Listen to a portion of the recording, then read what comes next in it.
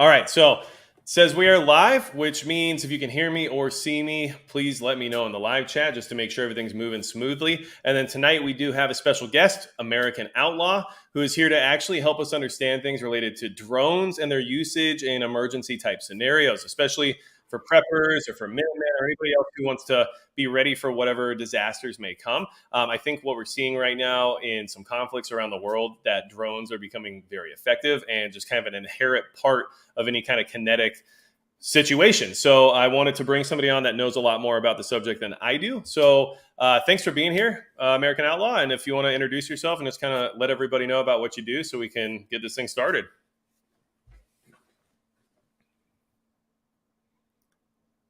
And then you should be on. Can you hear me? Let's see. Did I get you there? Yep, you're on now. All right, cool. All right, guys. What's up, guys? Sorry, I had like this little weird glitch happening. We were talking great. So yeah, man, thanks for having me. I hope to be able to give you guys some a different way of looking at drones, and hopefully it'll help you guys out in your journey and adding it to your I guess tactical toolkit. Yeah. And that's kind of the idea of the conversation for me tonight, was to say, where do drones fall into someone's preparedness inventory? And is it something that we should be seeking out? Is this something that I want to, spend hard-earned dollars on and spend all the time and effort and learning about and researching, and then also, learning how to actually use it? So do you think at this point in time that drones are kind of like almost becoming like a necessity for preparedness? Yes, I think so. So drones aren't the future now. Drones are now. Drones rule now. It is the future will be more advanced drones, but that's not ever going away. And the reason it's not going away is because it allows you to do so much larger and faster than you could have done and cheaper. So, if you're say there's a hurricane, and instead of having to use Coast Guard helicopters, you're using drones, and then you use the helicopters just to go get the people. And it's also safer because you don't lose people.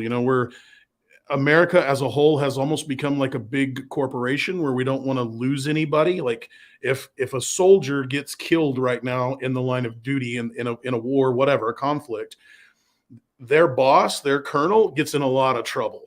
So having a drone mitigates the risk of losing life that we can't replace. So I think that they're very key, but they're very complicated because it's kind of like there's a gigantic field out there and all this new stuff is coming up, but there's no set king yet that we can, as Americans, say that we're going to stick with this. Right. Okay. And so let's start with DJI drones. Everybody's familiar with those, right? Yep.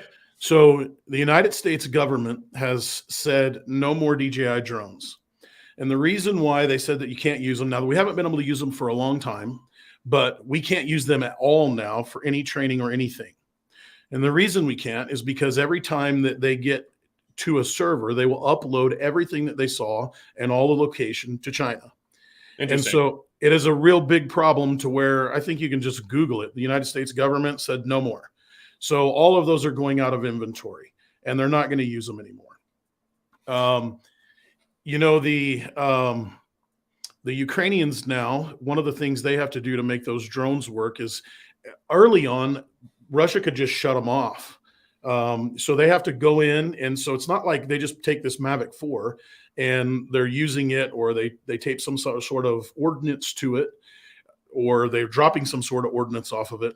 They have to go in and rework the software to where the kill switch inside of there doesn't work anymore because they're really easy to kill. So you could have one flying up and somebody who knows what they're doing can just push a button and your drone, that DJI just falls out of the sky. Okay. And that's things that we just don't think about, right? Right.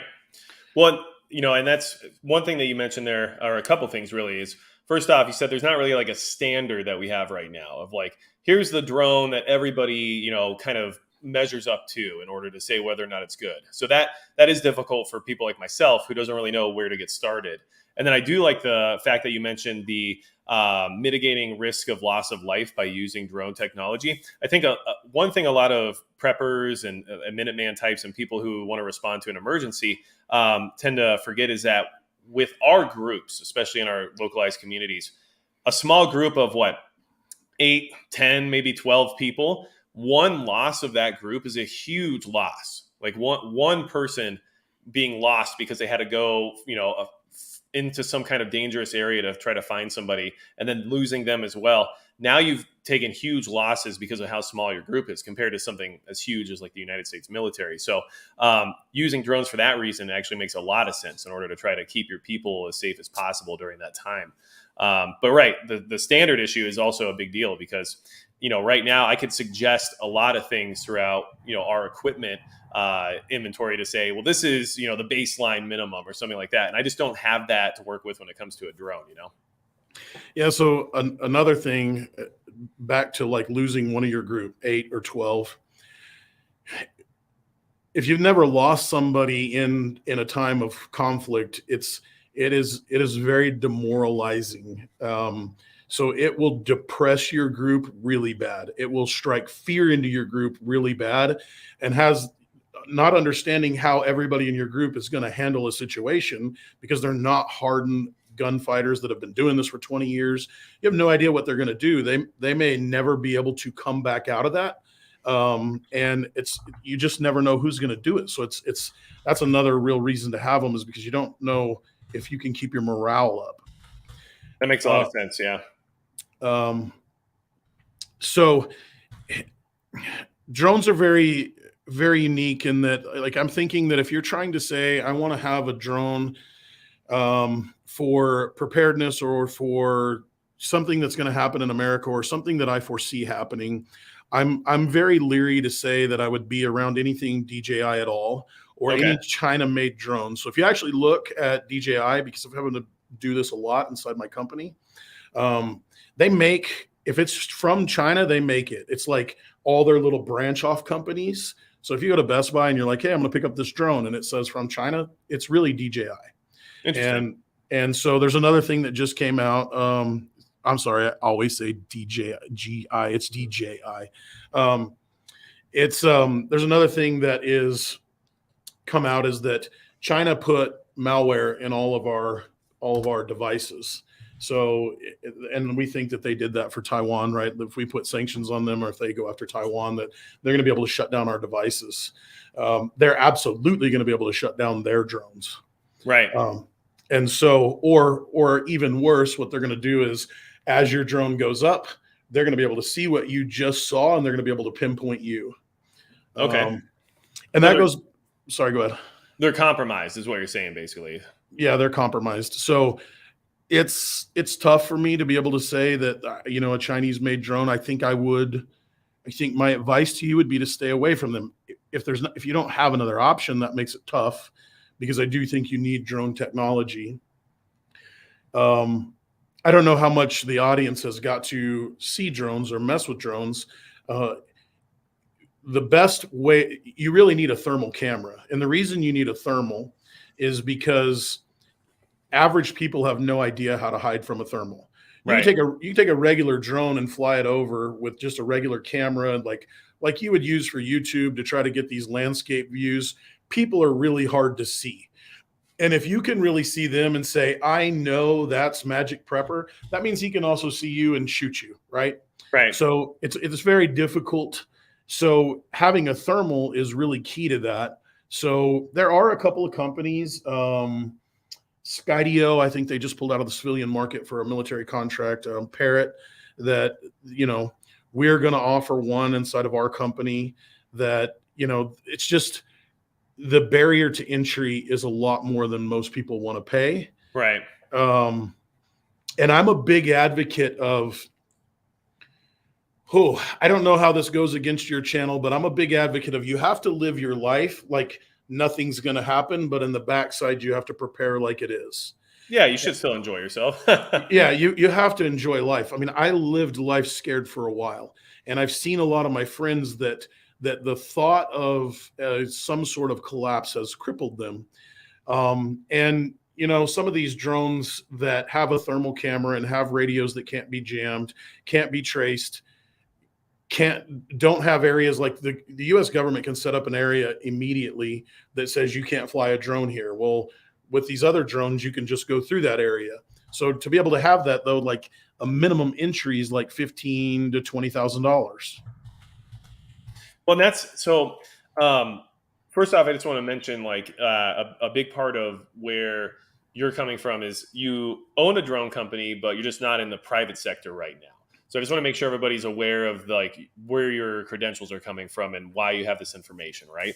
And one of the reasons why I brought you on was because you have that level of expertise of not only understanding how drones work and whatnot, but also understanding how they're being used currently right now. So I think that's a really important detail. But the barrier for entry is a big one, and one of the things that's kind of kept me from acquiring a drone for these purposes is because I was looking for features like what you talked about right now: thermal imaging, the ability to actually leave my line of sight, things like that, which once you start adding it up, become more and more and more expensive, right? And of course, the more affordable versions that have those capabilities are going to be like DJI. So now you're also telling me that the $2,000 or $3,000 drone I'm looking at is compromised with Chinese technology that's going to give away my location or create problems for me in the future.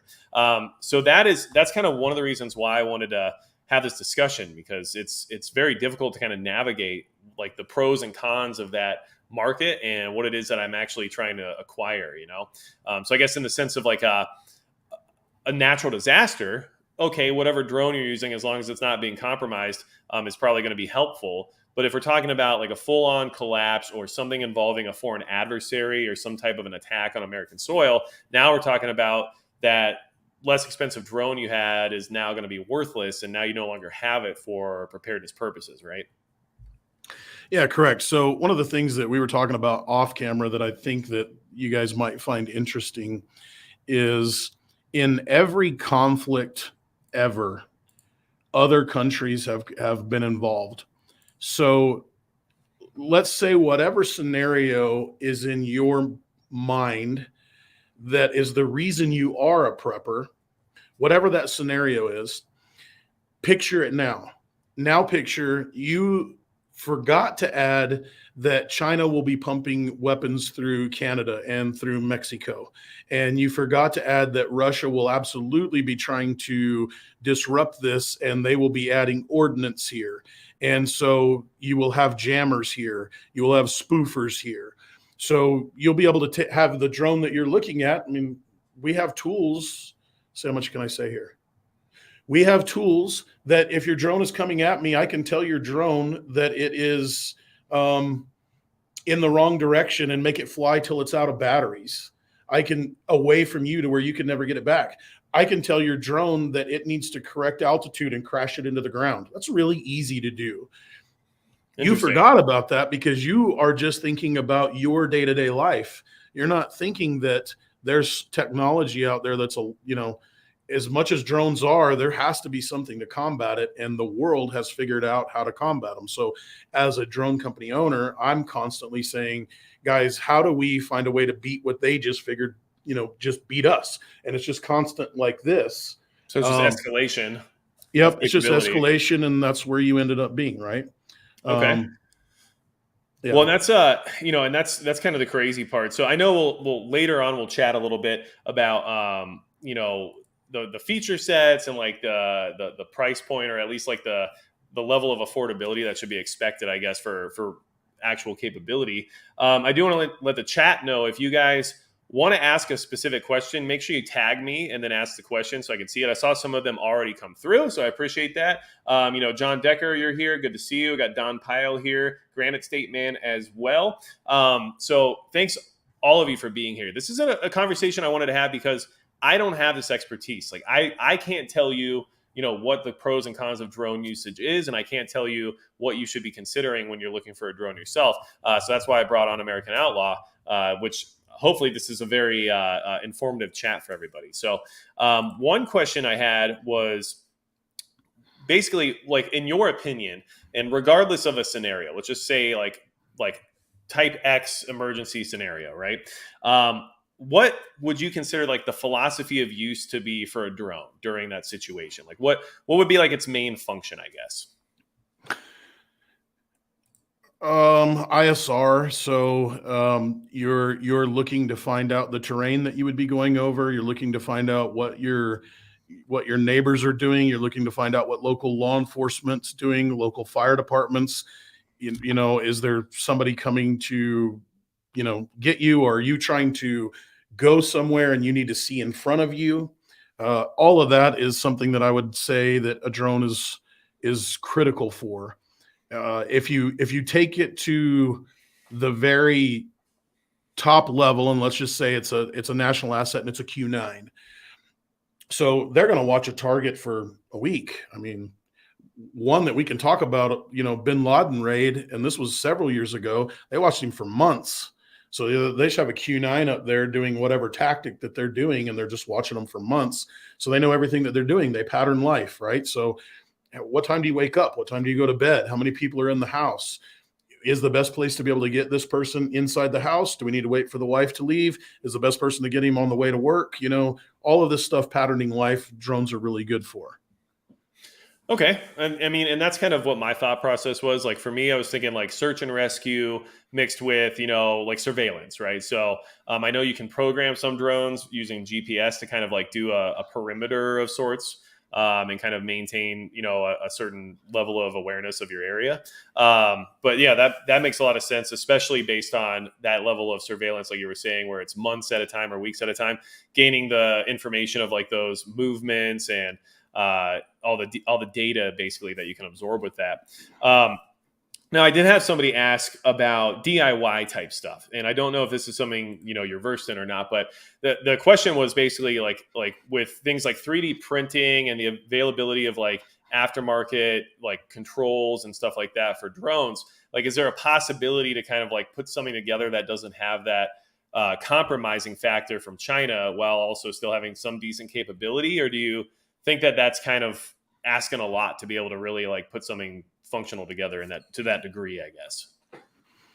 Okay, I'll answer that one, but let me step back one. Okay. As soon as whatever event you think is going to happen, there are multi levels of GPS. There's not just one GPS. The GPS you have as an American for your car driving you somewhere isn't very accurate. And the reason it isn't is so that nobody could put accurate fire on you.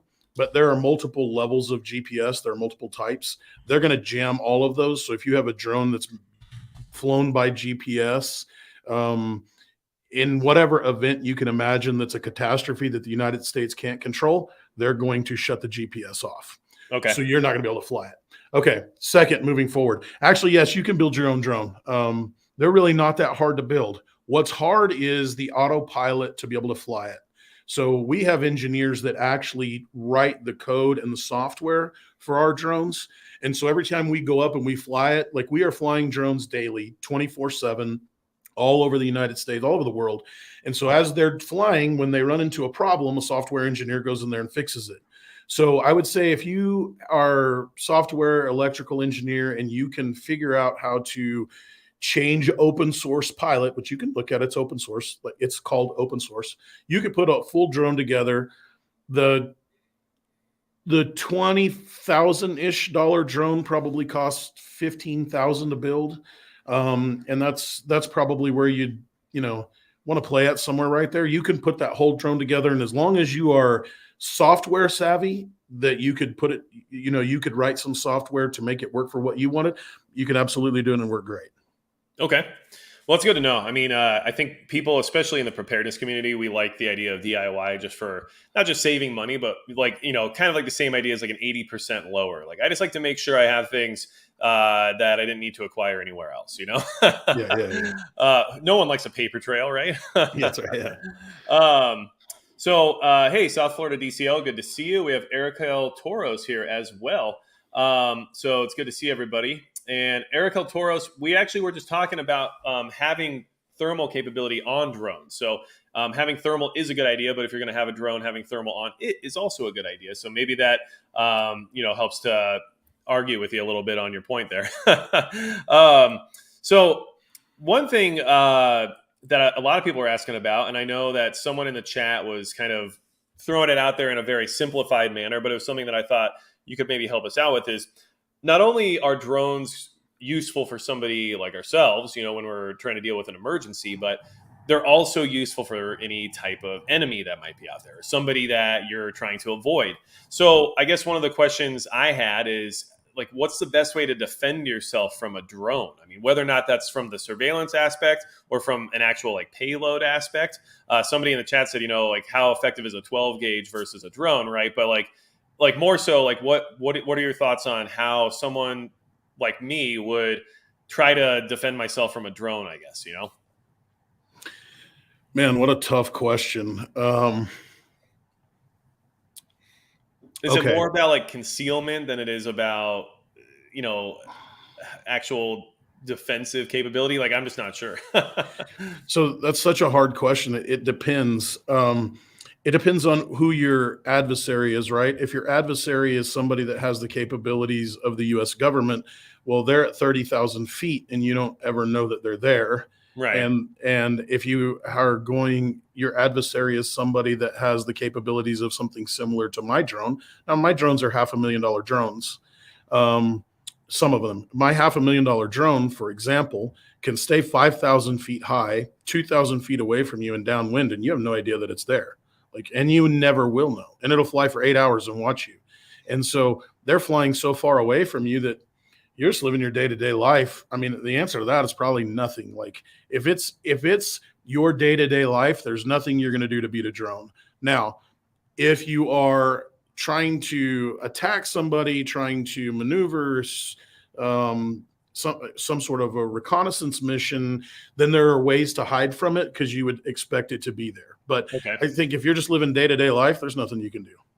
So if you know that there's a drone related threat in the area, is there anything like, at a base level that you could recommend, or at least just kind of like throw out there as something you might want to consider? Would it be, like thermal camouflage or something like that? Like, I'm just trying to throw something out there, Yeah. So, okay. So the first thing that I would do is, one, you need to worry about your thermal signature. I'm not sure that I'm going to give any tips on your thermal signature. So just start looking it up and understanding thermal signature. There's Yep. a lot of stuff that you can do to block your thermal signature. All right. Number two, get very, if this is your house, this is where you are. If anybody gets to you here, you've already lost.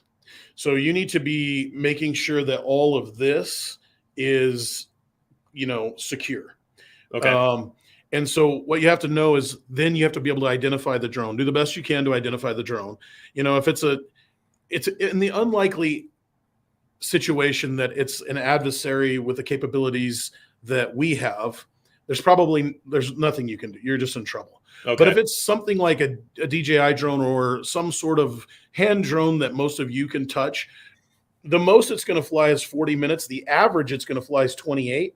So like most law enforcement, they have a 28-minute drone that actually only gives you about 20 minutes of work time, which means they're not very far from you. So if I knew there was a drone in the area, I would immediately start trying to find them. I would send teams out trying to find that drone operator so that, he could no longer gather intel on you. And then I would change everything that I did. I would change every habit that we had, every way we entered the house, exited the house, what time we woke up, what time we go to bed. I might even leave the area until I find that guy. That's probably the overall top 30,000 foot view. Okay. So, and I'm seeing in the chat here, one of the things that people are mentioning is like they are kind of concerned about that more, like civilian level drone being used against them, like similar to what some of the stuff we're seeing over in Ukraine right now, but like also considering like what's happening in our cities and what's happening with some of the criminal organizations here in the United States, like the cartels and, people who have that kind of that money and everything else that they can invest in that equipment. I guess, what they're kind of asking is, so with that lower level drone, rather than like thinking about the United States military using it or something, it still really just comes down to like avoidance and finding the operator if there's something within your area. I mean, that's kind of what you're making it sound like. Yeah, because those drones, those civilian type drones that you can buy, like the ones the Ukrainians are using now, if they do the software, and they've done the hack and they've made it work, and I would expect that they're going to have some sort of a ordinance on there in all likelihood. So I would try to make sure that if it's like all close to me, I would shoot it. But then the rest of the time, I would absolutely know that they're not very far from you. I mean, they're further than you, you know, they're further than you can probably see them, but they're not further than you can reach out and get them. So that would be I would be trying everything I could to find them. Okay. So, and that's, I think that makes sense. And it's kind of what I already assumed, but I just wanted to kind of touch base with you on that to see what your thoughts were there. Now, I think we all know that drones are going to be used in any future situation, regardless of whether or not it's a hurricane, like you said, or if it's a foreign invasion, like anything that happens, alien invasion, for all we know. There's going to be drone usage. I mean, even the fact that drones were used in Shanghai when they were on their lockdowns to deliver food to like high-rise apartments, I mean, they're going to be used throughout any type of situation, no matter what, at this point in time. Like, that's just where we're at. Like you said, we're in the present now. It's no longer the future, right? So I guess, when it comes down to being aware of that, is people want to have that same capability. So I know personally the reason I don't have like a fancy drone is just because I can't like afford it right now. It's just not really in the cards for me. And I know a lot of the chat is kind of in the same boat. Like, hey, I just want something that I can use in the time, in the interim until I can get like the real deal. Is there something that's like worth getting for someone like me that can't spend that kind of money? Like, if I can only drop, maybe let's say up to $1,000 or $2,000, like, is there anything out there that's like gonna at least give me some capability, or do you feel like that's just kind of more of like a peace of mind thing that I'm buying at that point? Yeah, so it's a peace of mind that you're buying. Would I get one so I could play with it? Sure. Would I get one so that if it wasn't a near peer threat, if it wasn't another country that we were going against, could you use it for some reconnaissance for, hey, my kid's lost and I'm just looking for him or her on a bicycle? Yeah, I think anything in that $2,000 range made in China works. Do I think that when the actual, event or whatever thing that happens, are you going to use it that much? That is a crapshoot. Maybe, maybe not. Okay.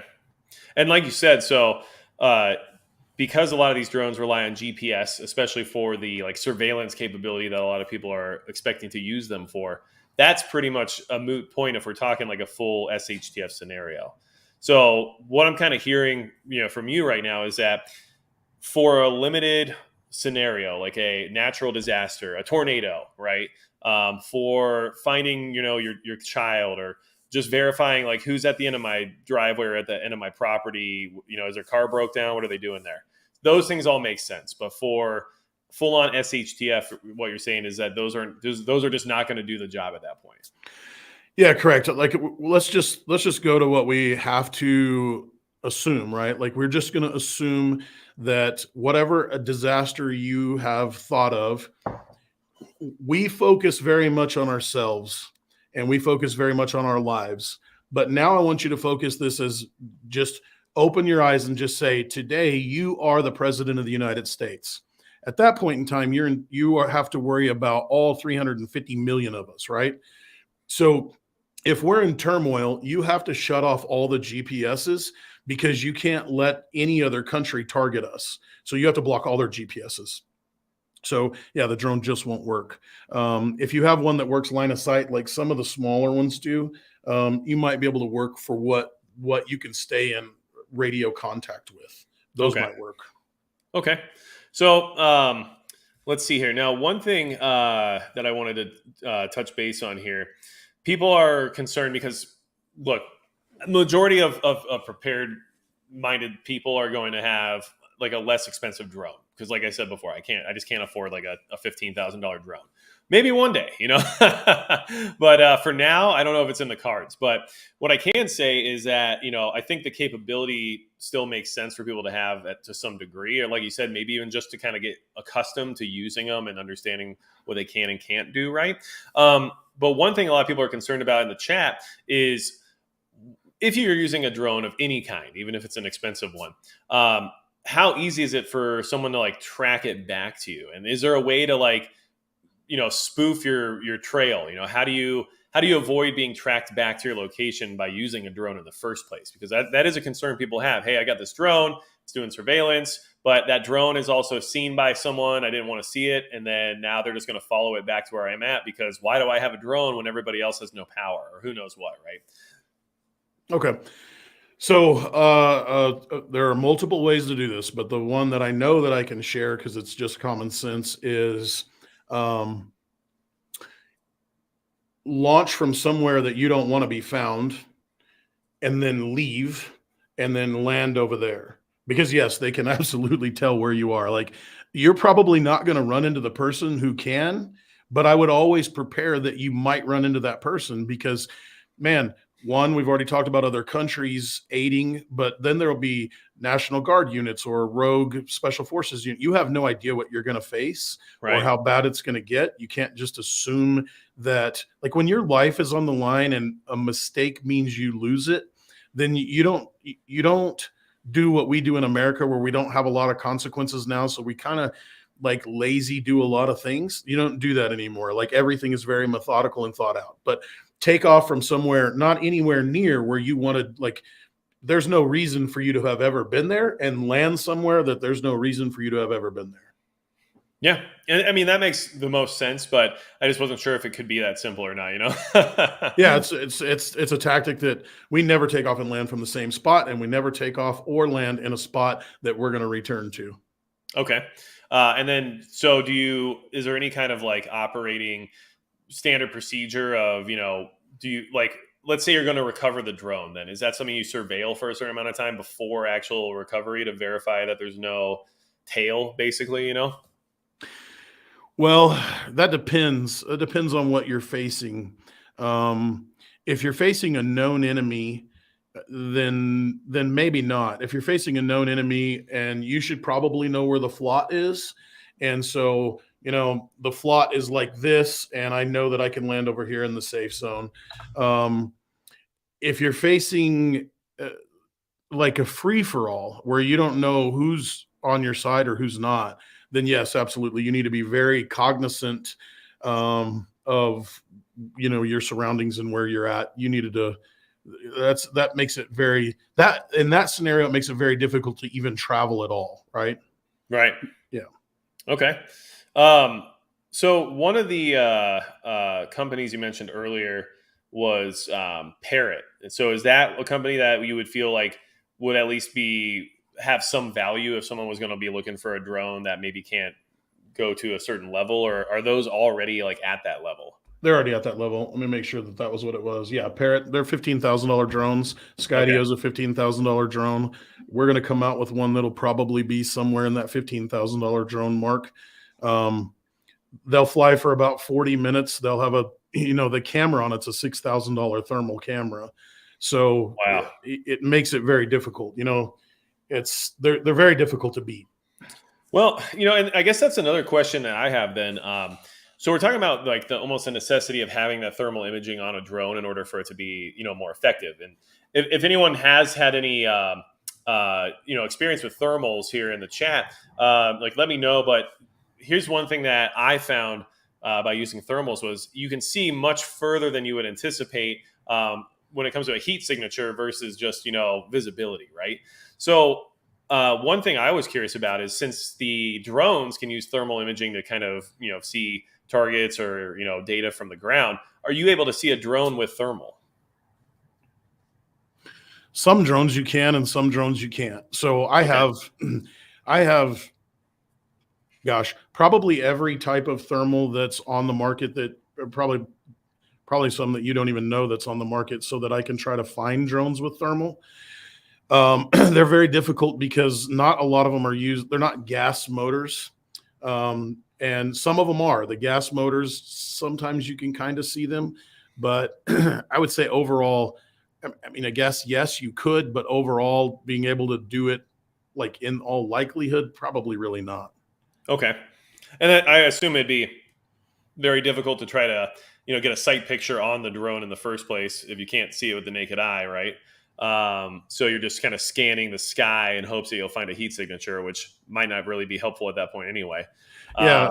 So I've got the Recon Fives by FLIR, and I've got Saffron, the LRTVs, and so if the drone comes by at 70 miles an hour or even 30 miles an hour in your little field of view, you might see a little bleep of it, and then you're gonna be like, "Hey, where'd it go? Where'd it go?" And you know what I mean? okay. Got it. So, and that was just something I was curious about since we're talking about thermal capability so much here. Now, somebody else was asking if having the capability to carry or even deliver a payload is something that people should be looking for in a drone.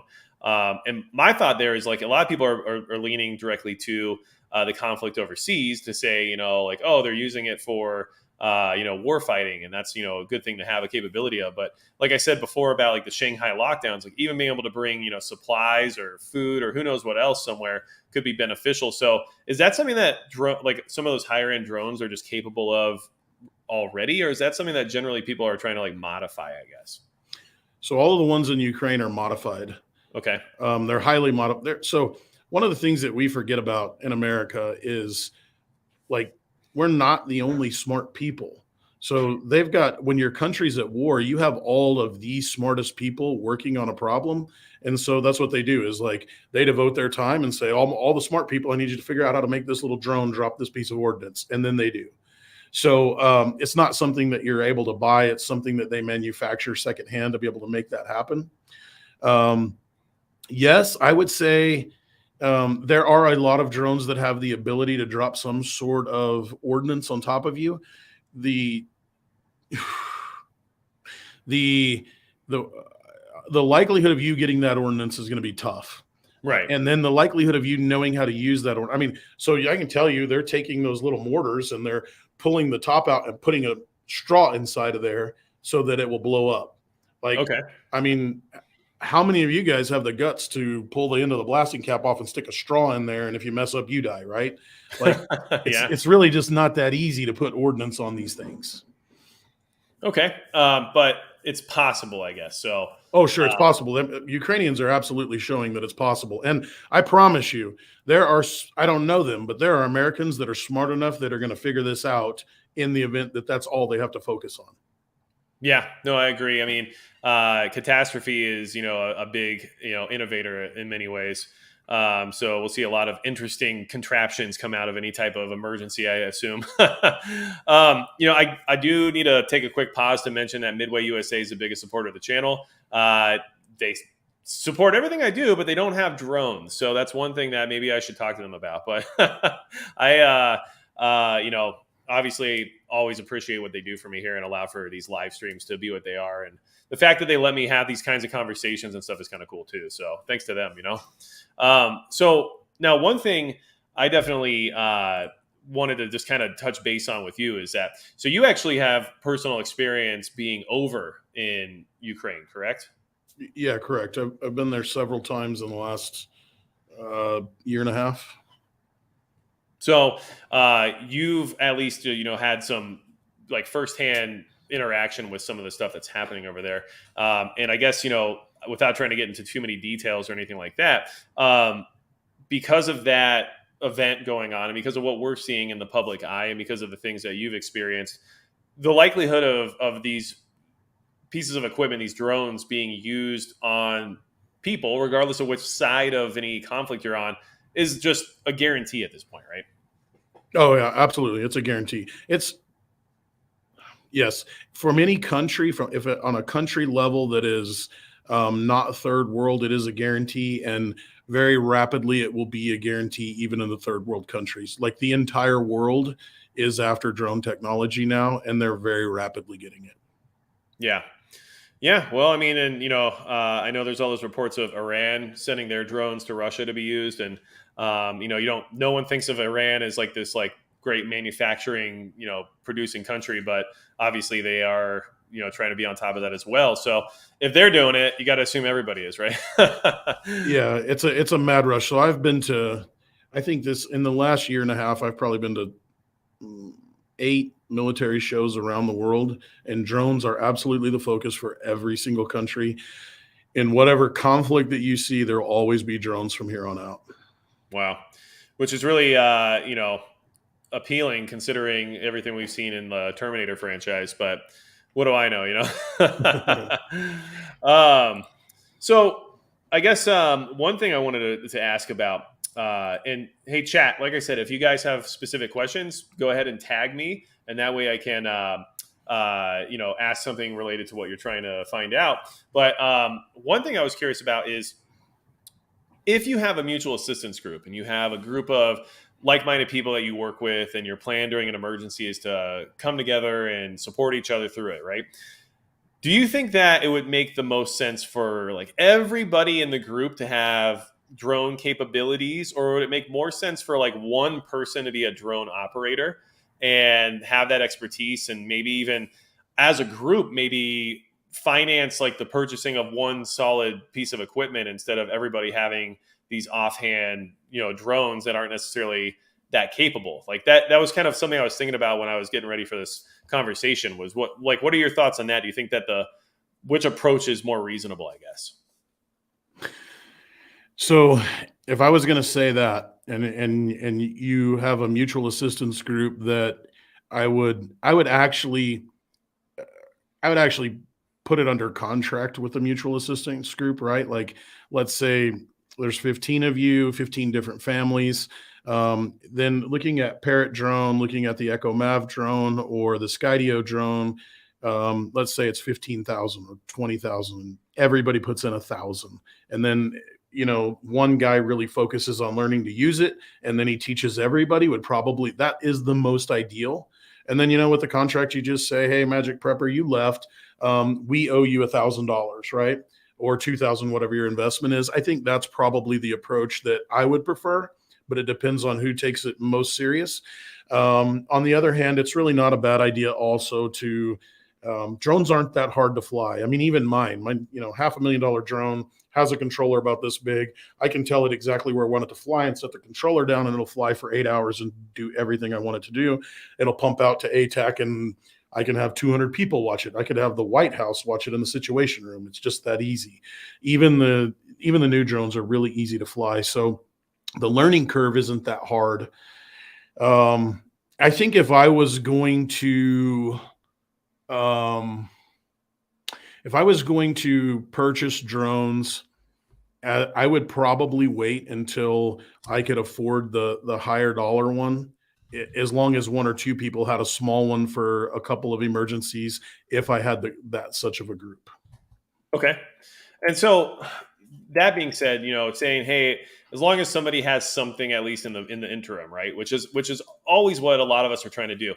Even for me, like I don't have the thermal imaging capability I want quite yet, but I do have thermal imaging capability. It's just not the high end or the best, but it allows me to at least have some kind of, segue into that capability. So when it comes to the drones, I know you don't want to specify like what brand or anything per se that you would suggest on a budget, but could you at least kind of give us some ideas about like what features or capabilities you would want, and then what you would want to avoid? Is there anything like that you could kind of share with us regarding that, at least to give people a little bit more direction?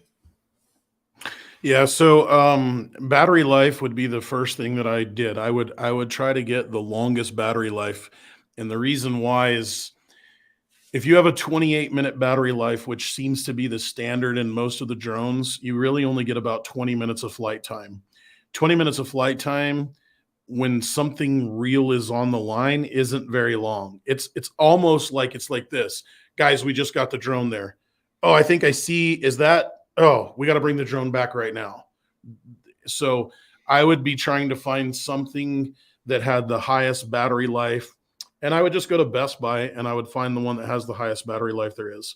And if you are handy at all, you're mechanically inclined, you can really just kind of Google and figure out how to build your own drone and buy the parts. And, buy the motors and get them all here and just work with your open source software to make it work for you. And it's probably the best advice I can give on that. That's a tough one, but battery life is the most important thing.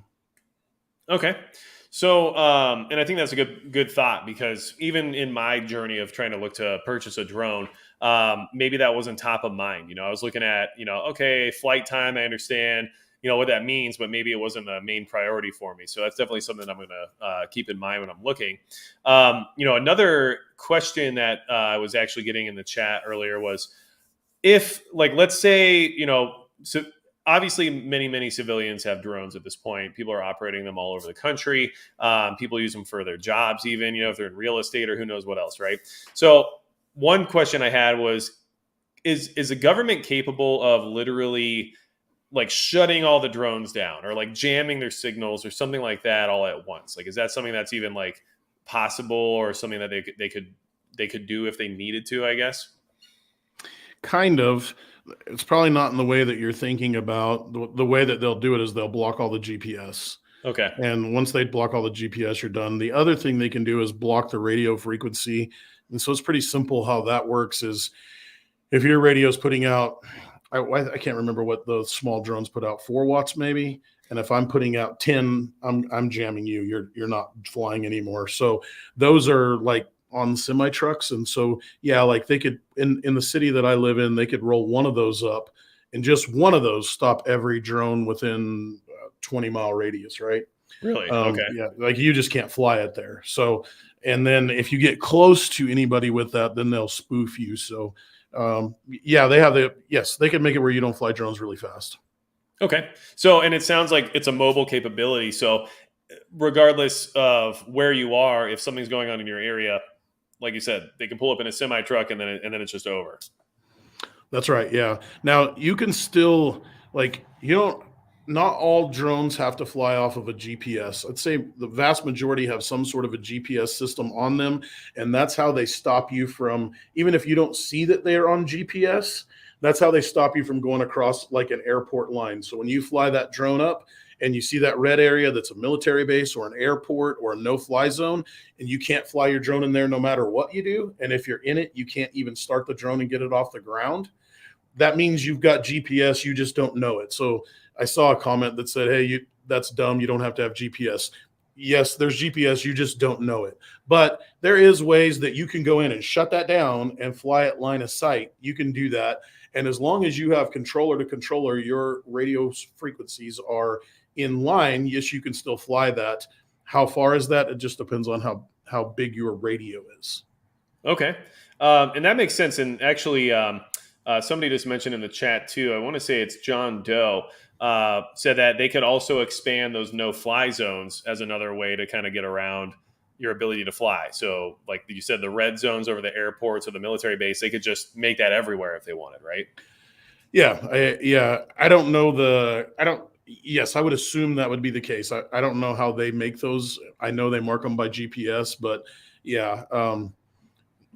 And it's not an evil government thing that they're doing that. They need to be able to shut down the drones, right? And because they could be so devastating. So I think it's a good capability, because you never know when another country is going to use them on us. Yeah, no, it makes sense. And you would hope, I guess that's one concern, and it's just because it's a hypothetical situation at this point, but you would hope that if there was a nationwide catastrophe, some type of foreign intervention or some sort of, I don't know, like life-changing event, like Yellowstone, for example, or something like that, you would hope that the government would understand that people could benefit from the use of these pieces of equipment. But I think we all know that at this point in time, they would prioritize whatever they need over anybody else. And then whatever they decide to do regarding shutting down airspace or limiting GPS or whatever it is what they're going to do, right? Yeah, absolutely. And I like to still go back to that 30,000 foot view and say, okay, now you're the president. Yellowstone, for instance, just happens.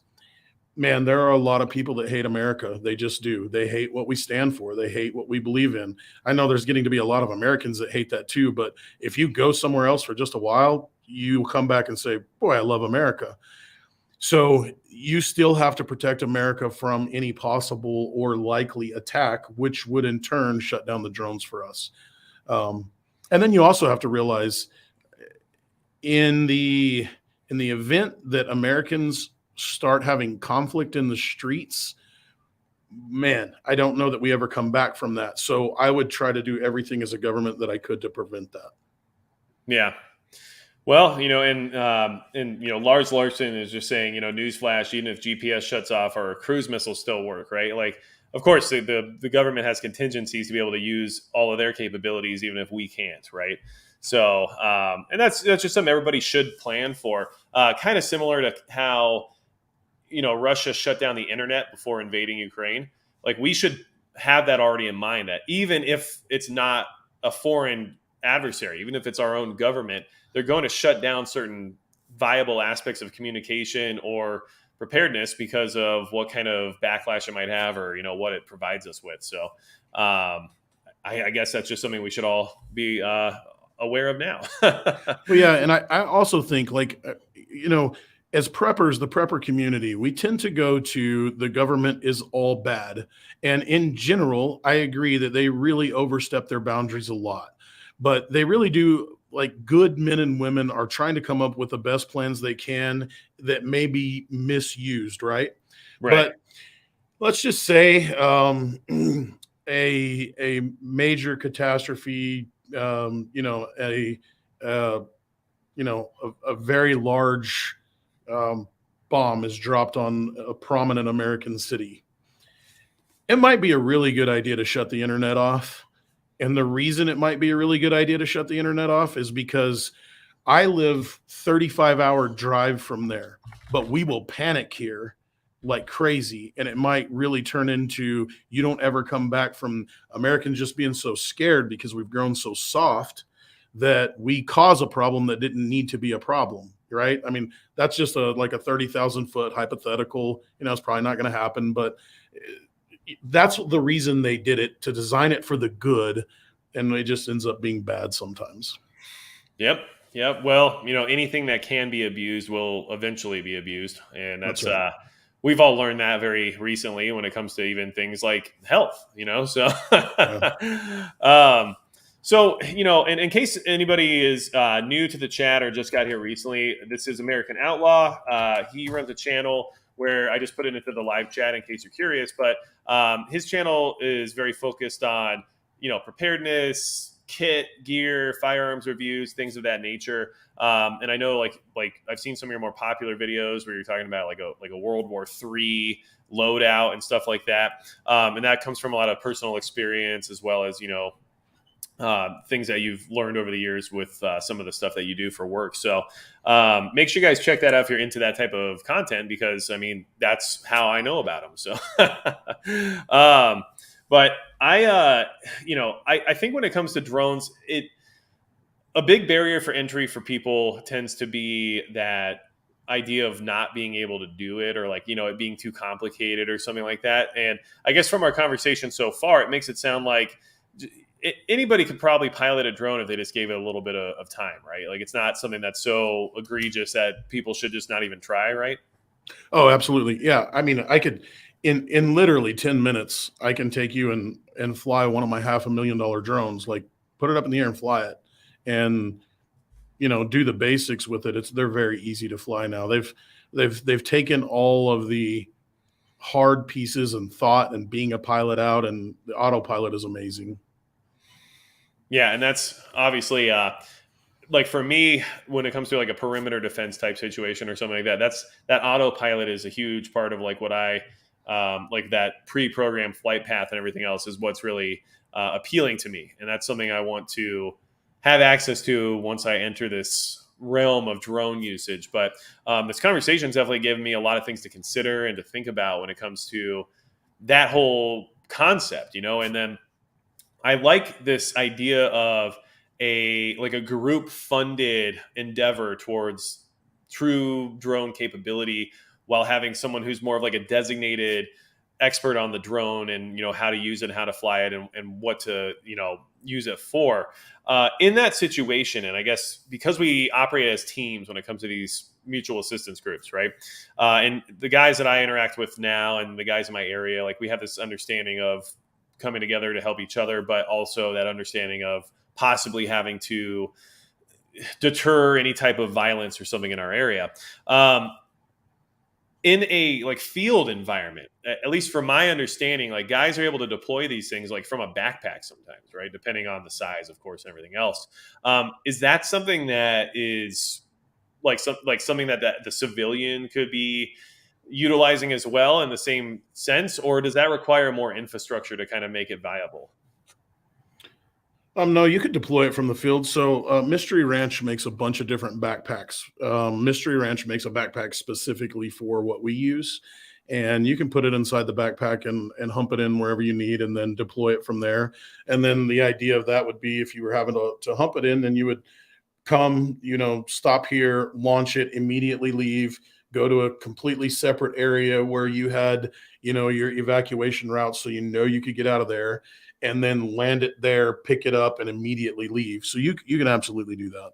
Okay, and that's something I thought was probably relevant to a lot of what us prepared citizen types are out here training for. Like that we're out running around, testing out gear, testing out kit, or whatever else it is. We got thermal imaging, we've got night vision, we got all this stuff, and then it's like, but in reality, what you really needed was a drone for whatever it was you were trying to take care of. Trying to find out, hey, is someone behind that trailer home that's on the tree line? Well, how do you find that out with thermal or night vision? You can't, unless you literally physically go behind it. So one thing that I've been told, and this is just from guys who have a lot more experience than I do when it comes to actually dealing with like a fighting type scenario, is that you need that, indirect ordinance, I guess is what I'll just say. I mean, or that indirect fire. You need to be able to, reach out and touch something that you can't see sometimes. And I feel like at least, for someone like myself, like maybe one of the only ways to accomplish that is through the use of something like a drone. Yeah, absolutely. Indirect fire is the most deadly fire, right? So currently, if you want to look at like the Ukrainian conflict, most of their drones are like the vast majority of their drones are flown and they spot a target and then artillery shoots it from up to 20 miles away, wherever it is, but up to 20 miles away, so you have no idea that it's coming. And then of course you see the little ones that you can find on Reddit or Telegram where they're flying over and then they drop the small little piece of ordnance on them. The hardest part is, I would think if you could find ordnance, then you're going to find a drone too. So Okay. ordnance is very hard to get. And it's like, I do think other countries are going to bring it in and try to get it to us. But at that point in time, there's going to be something that's like very similar to the, let's see, what is a movie reference I could give? Black Hawk Down, how the Somalian warlords were taking all of the food when we dropped it. It'll be the same thing. When that ordinance goes, whoever is the strongest in that area is going to take it anyway. Okay. And so, yes, indirect fire is amazing. It's the way I would prefer to do everything in the event that I had to use lethal force. If you don't ever have to see them, then you win, right? Tactics is being able to remove your adversary without your adversary knowing that it happened. So, yes, it would be great, but I don't know how you're going to get mortars. You know what I mean? So you can't just drop a bowling ball on somebody from like 100 feet up, No, it's really difficult. We've dropped a lot of inert ordnance, and dropping ordnance is freaking hard. Like dropping anything is hard because you're having to deal with the wind, you're having to deal with the drift, you're having to deal with, there's so much to dropping ordnance. It's really not that easy. Can it be done? Yes, there are a lot of great guys at it. I'm not very effective at it, but there are a lot of pilots that are. Well, and so, I know we like to talk about these types of things sometimes, and I see the chat kind of going back and forth like, this is crazy, but like it's the same concept and the same logic would apply to dropping a supply drop for somebody or like, a care package. Like there's a lot of things that this would also apply to, being able to fly a drone out to somebody, maybe maybe there is some type of actual pandemic or biologic attack of some kind where we can't leave our homes, but maybe these drones can actually provide sustenance to your neighbor, or help your upstairs neighbor in your apartment complex, have some water or whatever else it is you might need to use it for. So having the ability to have like a payload doesn't always have to apply to ordinance, right? Like we can apply it to just about anything else that would be valuable in those times. But I think considering these things is still viable as well, just because of the fact that the world is just getting more dangerous and getting crazier. And sometimes I question some of my own, history, especially as like a young adult, because I'm like, have a lot of these people have probably actually never interacted with like real like crime or criminals, right? Like, because you don't realize just how well organized and how well prepared these gangsters are. Like how like they have these drones, they have the $20,000 drone, like they already have the ordinance too, because they got it from that guy out of the trunk or whatever. Like it's crazy the stuff they have access to and what they're willing to do, because they really don't have respect for human life in a lot of ways. So, preparing for that possibility isn't as obscene or obscure as some people like to think, just because, oh, well, there's no chance we'll ever be invaded. Well, newsflash, we're already invaded. And even if it just means that there's a criminal element within your locale that is willing to use force in order to establish their dominance in your area, that's something you might have to deal with. And they'll have these capabilities. They really will. I mean, the cartels use drones all the time. Yeah, so the cartels use drones. The cartels use drone jammers. They use drone spoofing guns. We have no idea the amount of money that's involved in being a criminal and how organized and how lethal they are, especially because as an American that is just going through our daily life and our daily thing, we're not really trying to set out to hurt anybody. As a matter of fact, I Right. would say pretty much anybody in the prepper world, we're trying to do this so that we never have to hurt anybody. Like we really are probably the good guys. Like if you're doing CQB door to door, you're probably a bad guy, right? Yeah. But the money that's inside of this and the capabilities that they have are very dangerous. Yes, they're a very real threat with very real consequences. Well, and that's, sometimes like we consider like the gear or the equipment, or even like, let's just say something as base level as food or water, we consider that a preparedness item for ourselves. We're like, hey, I've got, body armor because I want to make sure that I'm protected. But we don't all the time consider the fact that that also means X, Y, and Z has body armor. They have, food, they have water. But how are they going to leverage it against you in these situations? How are they going to leverage what you don't have versus what they do have, and vice versa? So, I think that's healthy to consider. Obviously, you can go down a rabbit hole where you get into the world of kind of unrealistic situations, of course, but anything is possible, regardless of how unrealistic it is. And I think that's something else that we should at least entertain, especially at this day and age, because right now, I don't know about you, but my faith in our government being able to provide or even protect us from any type of actual threat isn't as high as it used to be, only because of the leadership that we currently have and the bureaucracy of it all. I mean, it's just not a comforting feeling that I have when it comes to that type of response. I mean, all you have to do is look at Lahaina right now to understand how the government's going to come to help you during a time of crisis. It's not very well provided for. Sure. And I think another thing that just the average American doesn't realize is what you would consider very advanced technology now has been common stay for a long time. So, for example,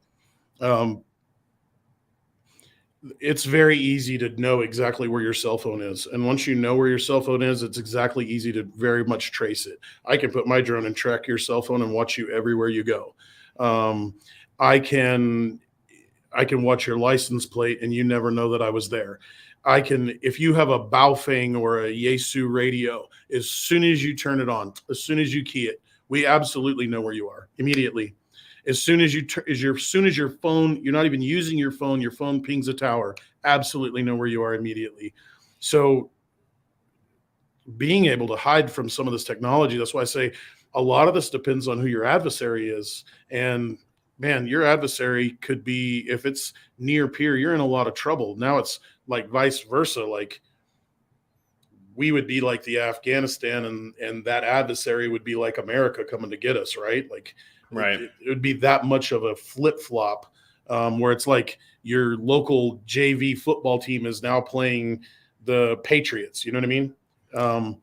But it basically turns into Star Wars, and we're the rebels, I guess. Yeah, it's very difficult. And I think a lot of that comes to another thing that we're not looking to or paying attention at yet is the new AI.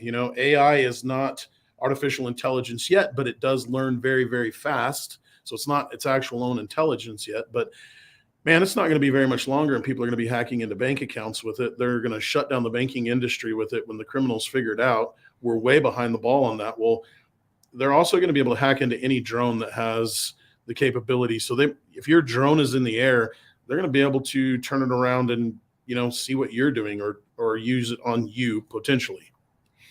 Yeah. Well, and, I do want to say, Sergeant, Sergeant Rudy, yes, we would win. That's how this is going to work. So I just want you to know that. But so mentioning that definitely gave me another thing to consider, and I just wanted your thoughts on this. But with the rise of AI, and of course, it's so much further advanced than what the public has access to, and obviously the quantum computers and everything else that are out there are able to produce incredible things that I can't even comprehend. But I assume that a lot of drones are already running under AI systems, and that capability is probably out there. How secure is that? I mean, is there actually a real threat that, AI, in the sense of, like, I don't know, self-awareness or whatever else you want to look at it as? I mean, at what point can drones go rogue? I mean, that's just like, are we entering that era where that's a possibility? At some point in time, yes, it will be. Are we there right now today? I don't think so, because it couldn't hack into mine and do that. It's not like even AI couldn't even come in and just be like, hey, we're going to launch all the nuclear bombs. But even if they did hack into a drone, even if it's a Q9, it's only going to fly for so long, and it has to be refueled by a person. So let's just say, worst case scenario, you were able to do this and it got a Q9 and it has 2 Hellfires on it, and it, drops 2 Hellfires, and then it runs out of gas and it's done. So, could there be a little havoc with that? Maybe. But is it enough that it's like Terminator? I don't think so. Not with drones. Well, and that's good, because we don't want that to actually happen. So not really my favorite thing to ponder on, but it is possible, So let's see here. I'm just kind of checking the chat real quick here, but I know we are at the hour mark, so I think that's when we're trying to kind of wrap things up. Was there anything else you wanted to specifically add or kind of tell everybody when it comes to some of these capabilities, or just something for them to consider, moving forward after this conversation? Yeah. So guys, I would go back to saying you need to live your life. Like, you need to continue to live life as if nothing was going to happen. But you need to who was it, the guy that, if you're not always prepared, you're never prepared? I wish that guy's channel wouldn't have went away. It was such a great channel. So I think you need to have a portion of your brain that is focusing on being prepared. And so, are you squared away with the emergency things? Food? Are you squared away with your rifle? Have you been to school and learned how to use your rifle?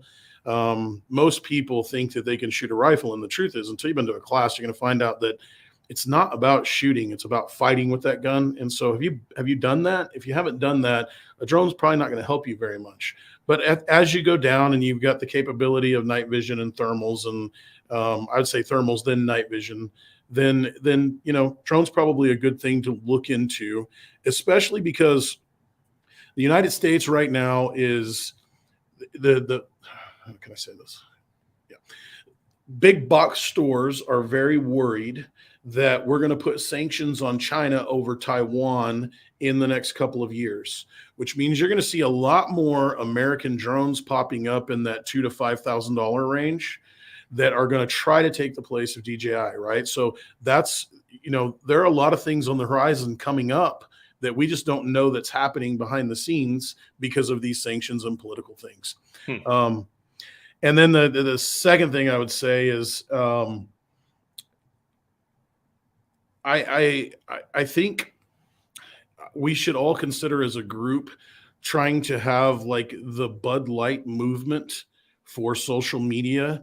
And whether you looked at a prepper channel or a gun tuber channel, and whether you liked them or not, our voice would completely change everything about the entire industry if every one of us would sub to somebody else. Because think about it, if you're Demolition Ranch and you're Matt and you have 11 million subs, guess what they don't do to him? They don't censor him at all. They don't censor Mike Jones, Grand Thumb. If every channel had 10 million people, the amount of voice that we would have in this community to try to change political legislation might be more powerful than the NRA. Yeah. Yeah. No, I agree with that. I definitely support the idea of supporting others in the community. And I don't have to like or agree with everything somebody says either, and I assume a lot of you here in the chat don't agree or like everything that I say. So, but I think it's important for us to support each other. And, like I said, I found your channel through watching other channels. And then, it kind of just led to me understanding that, hey, you own a drone company. All right, well, let's talk about that, because I actually need a lot more information regarding that I don't have. And so, it builds network, it builds community. I'm sure you and I will stay in touch now after this and kind of, revisit some of these topics in the future. But I very much agree with that sentiment. If the preparedness community, the firearms community, the homesteading community, if everybody was grouped together to be like the most popular aspect of social media or YouTube or whatever, then that these communities would have more pull, more sway, and more influence when it comes to our cultural issues, which are important regardless of how you feel about it. The culture war is a real war, and it is something that we should be paying attention to as well. We can't just let things slide into the abyss and then expect anything to ever improve, So I'll pop the link to American Outlaw's channel here in the chat one more time, just in case you guys missed it earlier. But make sure you check it out. I really enjoyed your Mark 18 video, by the way. I just thought that was really fun. I mean, I like the humor in it. And then you and your teammate there in the video, you guys do a really good job of kind of bouncing off each other. But it's fun, but I also learned a lot. So that's the kind of stuff that I enjoy. So I'm sure many of you would actually enjoy it here in the chat as well. I did see somebody, it was South Florida DCL, said, do we need a drone to survive? And my answer to that is no, you don't. Could it be beneficial? Of course, and that was a big part of what the conversation was about tonight. And I think personally, one of my favorite takeaways from the conversation was the idea of like the group funding these pieces of equipment, the group, leaning on, a particular member to kind of take on that role. And the fact that if you don't have a group, I understand. And that's something you should be working on, because we need community to try to actually not only survive, but possibly rebuild thereafter. Right. But being able to kind of crowd fund something like a drone that could actually provide this level of capability seems pretty reasonable to me, and I think as a group, you might be like, man, well, I don't want to give $1,000 into the pot just to not even be able to ever touch the thing. But that maybe the mindset there would be more like $1,000 towards peace of mind and insurance for when we do need it. We'll actually have access to it versus not having anything at all. So I think that's actually kind of a good approach that I might try to do myself. I might try to see if I can get some guys together to do that up here. So. Plus, maybe you can run a side business with it as well and make some extra money, do some surveying or whatever. I know the oil field out here does a lot of that with drones. So there you go. But hey, it was a really good conversation. If you're cool with sticking around for a minute afterward, just so we can kind of like, debrief or whatever you want to call it. Yeah, sure. Okay, cool. And then, hey, everybody, thank you guys so much. Really appreciate all of you being here tonight. Every Monday, it's awesome. Silver Fox says build your own. That's something we discussed tonight. Yes, look into DIY if that's something you're interested in. And then I guess without anything else to say, that's going to be it for Magic Prepper and American Outlaw. Thanks, guys.